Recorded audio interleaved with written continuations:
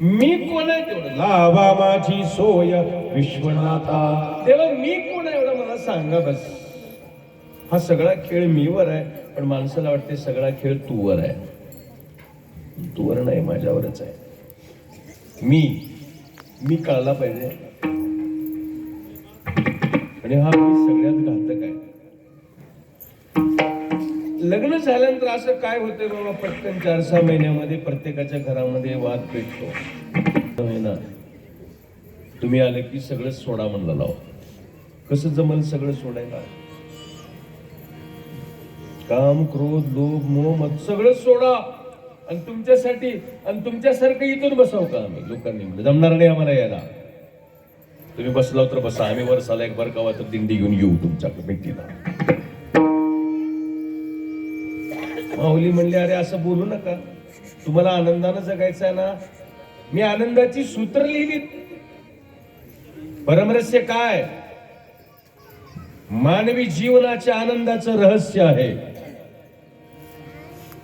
आणि ते काळ्या, निळ्या, पिवळ्या, हिरव्या शाईनं लिहिलं नाही.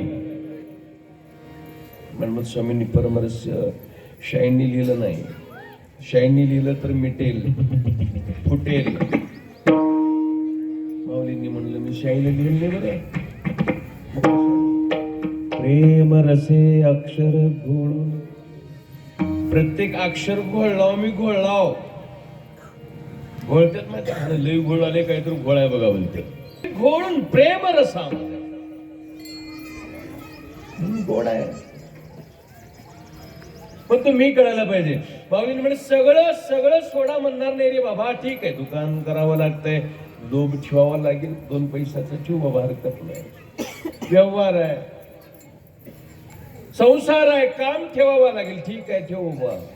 पण एक गोष्ट अजिबात ठेवू नको म्हटले. एक गोष्ट अजिबात ठेवू नको.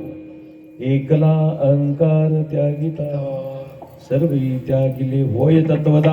हा मी महत्वाचा आहे. अहंकारातून निवृत्त होणं म्हणजे भक्त होणं, आणि भक्त होणं म्हणजे देव होणं आहे. अहंकार सुटला की माणूस भक्त झाला, नम्र झाला की भासे शिवाची विभूती होते. आणि विभूती महादेव कपाळावर धारण करतो.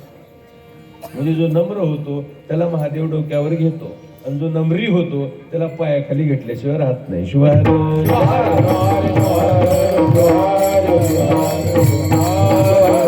अहंकाराचं एक छोटस उदाहरण सांगू आणि मग आपण पुढच्या चरणाकडे वळूया.